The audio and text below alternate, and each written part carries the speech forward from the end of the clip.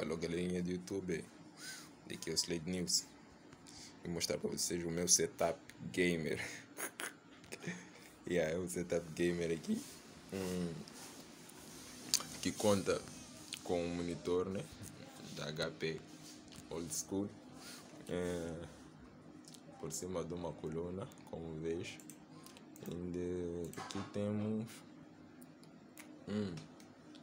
Core i7 da terceira geração com 4 GB de RAM. Também temos uma placa de vídeo aqui, né, que é a GTX. Abre aí.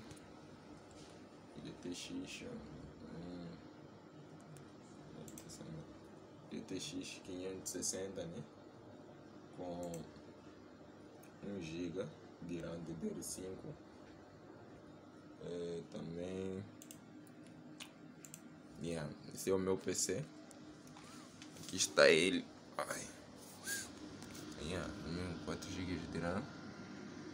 Aqui é o meu setup.